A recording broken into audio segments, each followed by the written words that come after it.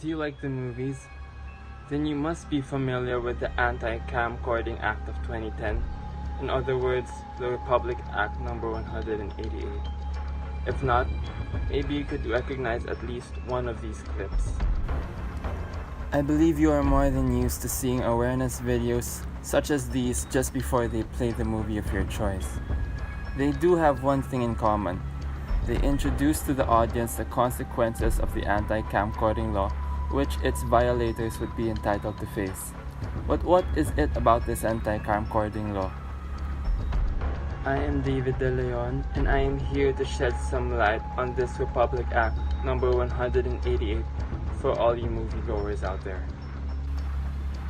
The Anti-camcording Act of 2010 was approved by the former President Gloria Macapagal Arroyo on May 13, 2010, and it was initially passed by the Senate and House of Representatives. According to local reports, a number of film groups have joined forces with government agencies to establish this anti-camcording law here in the Philippines. The long detailed text of this law is accessible through the internet. But basically, the law tells you not to use any form of recording device to record any projected footage or even the soundtrack played inside the cinema house. You are not allowed to keep such recordings to yourself at least. You are not allowed to sell or publicly distribute any copies outside of the established copyrights of the film or movie. In other words, if the product/copy is illegally obtained, you are not allowed to sell it. Violation of these restrictions would be considered as piracy. And as Derek Ramsey said, piracy is stealing. Stealing is against the law. All law enforcers like the PNP, their adjuncts, and even the NBI are authorized to bring these violators to their due punishment.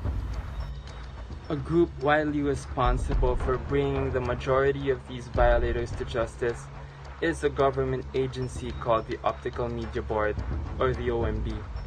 They work together with law enforcers and the government to bring down these illegal businesses forged by piracy.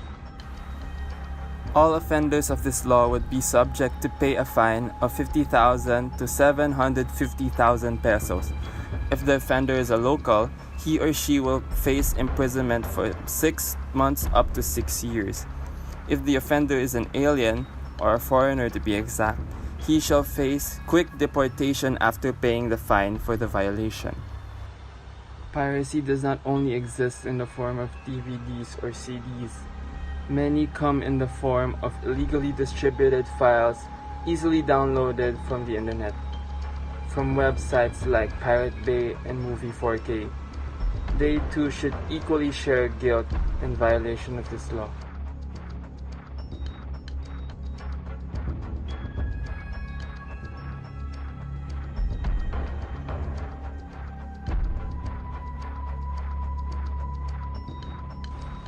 Some may ask, why is this being implemented? Why is piracy illegal? Because these illegal businesses/business transactions steal demand and customers away from the original distributors. Since pirated goods are much more cheaper than the original products, people would be inclined to purchase them instead. Supply flourishes from these copyright distributors, but the demand is minimized due to this black market business. Lesser demand means lesser income, and lesser income could lead to bankruptcy. This clearly poses an unfair disadvantage for businesses in the film industry. Laws stand to establish order and create a fair environment for all people. Be a good citizen and stand by them. Say no to piracy.